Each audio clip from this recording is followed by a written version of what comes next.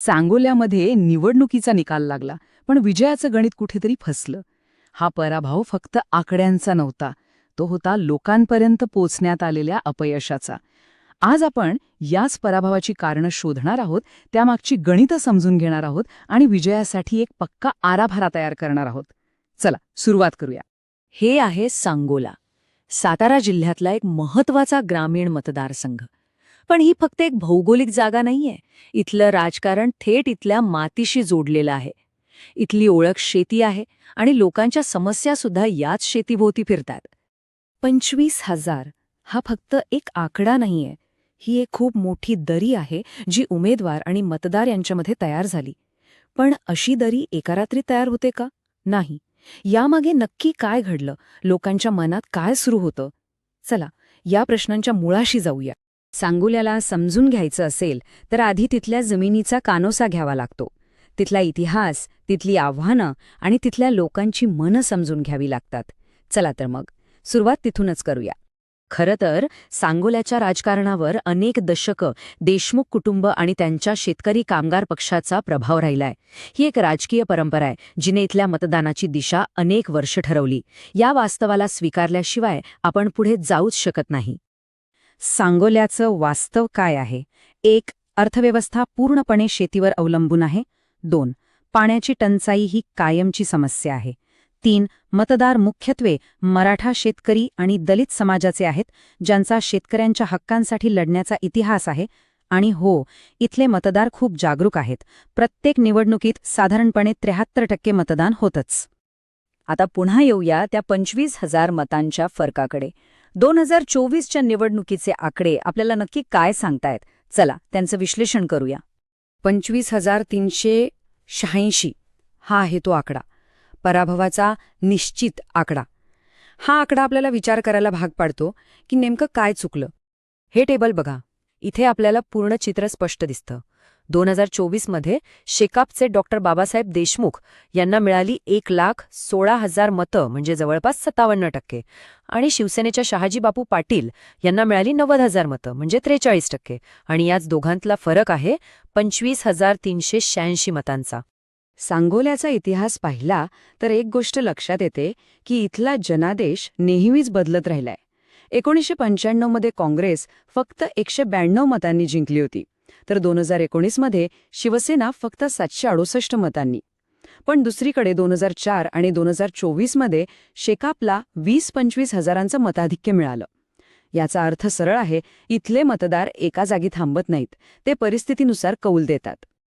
आकडे महत्वाचे आहेत, पण आकड्यांच्या परीकडे जाऊन लोकांचा आवाज ऐकणं त्याहूनही जास्त महत्वाचं आहे. कारण निवडणूक हरण्या जिंकण्याची खरी कारणं तिथेच दडलेली असतात. जमिनीवरची परिस्थिती पाहिली तर 2 बाजू दिसतात. एकीकडे शेकापची मजबूत स्थानिक पकड आणि तरुण नेतृत्व आहे, तर दुसरीकडे महाविकास आघाडीकडे एका दमदार चेहऱ्याची कमतरता आहे आणि मतं विभागलेली आहेत. पण यातच एक संधी आहे. वाढणारे तरुण मतदार आणि शेतीचे प्रश्न हेच मुद्दे मवियासाठी विजयाचं दार उघडू शकतात. तर लोकांच्या मनातल्या मुख्य चिंता कोणत्या आहेत?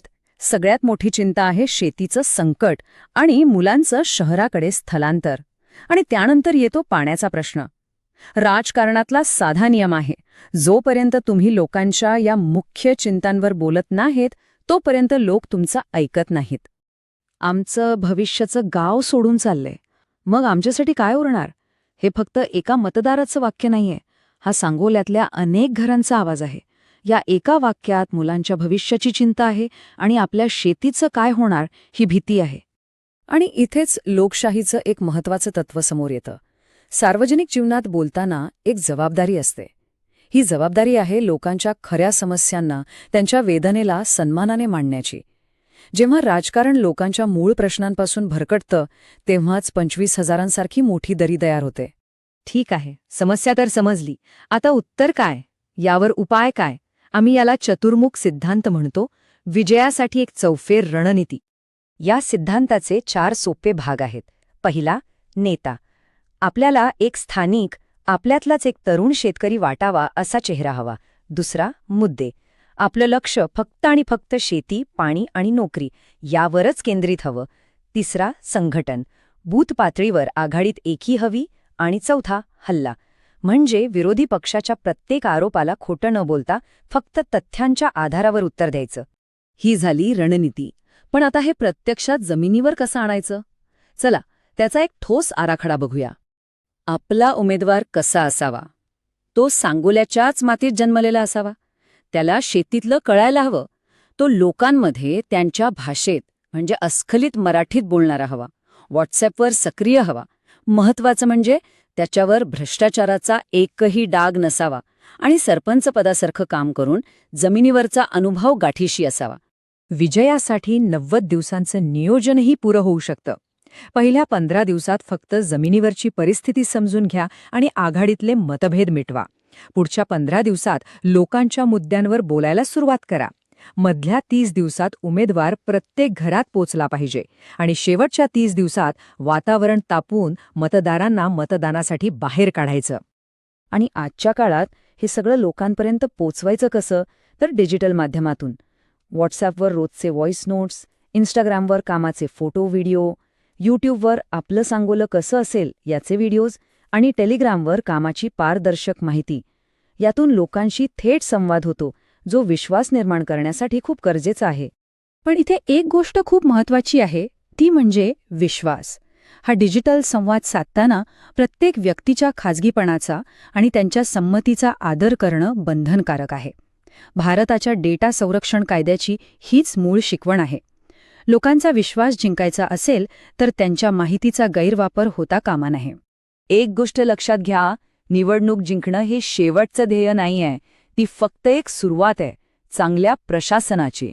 आता या निवडणुकीच्या पलीकडे जाऊन एका मोठ्या चित्रावर बोलूया. तर मग 2029 साठी काय करायला हवं? अगदी थोडक्यात सांगतो. 1. चांगला स्थानिक उमेदवार लवकर शोधा. 2. प्रचाराचा मुख्य मुद्दा शेतकरी प्रथम हाच ठेवा. 3. गटबाजी टाळून बूथवर एकी ठेवा. 4. प्रत्येक बूथवर फक्त थोडी मतं वाढवण्याचं लक्ष ठेवा. आणि 5. राज्य सरकारच्या योजना लोकांपर्यंत पोहोचवून विकासाची खात्री द्या. आणि शेवटी एक प्रश्न विचार करायला लावतो. निवडणूक ही 2 नेत्यामधली लढाई असते की शासन चांगलं आहे की वाईट यावरचा लोकांचा कौल असतो?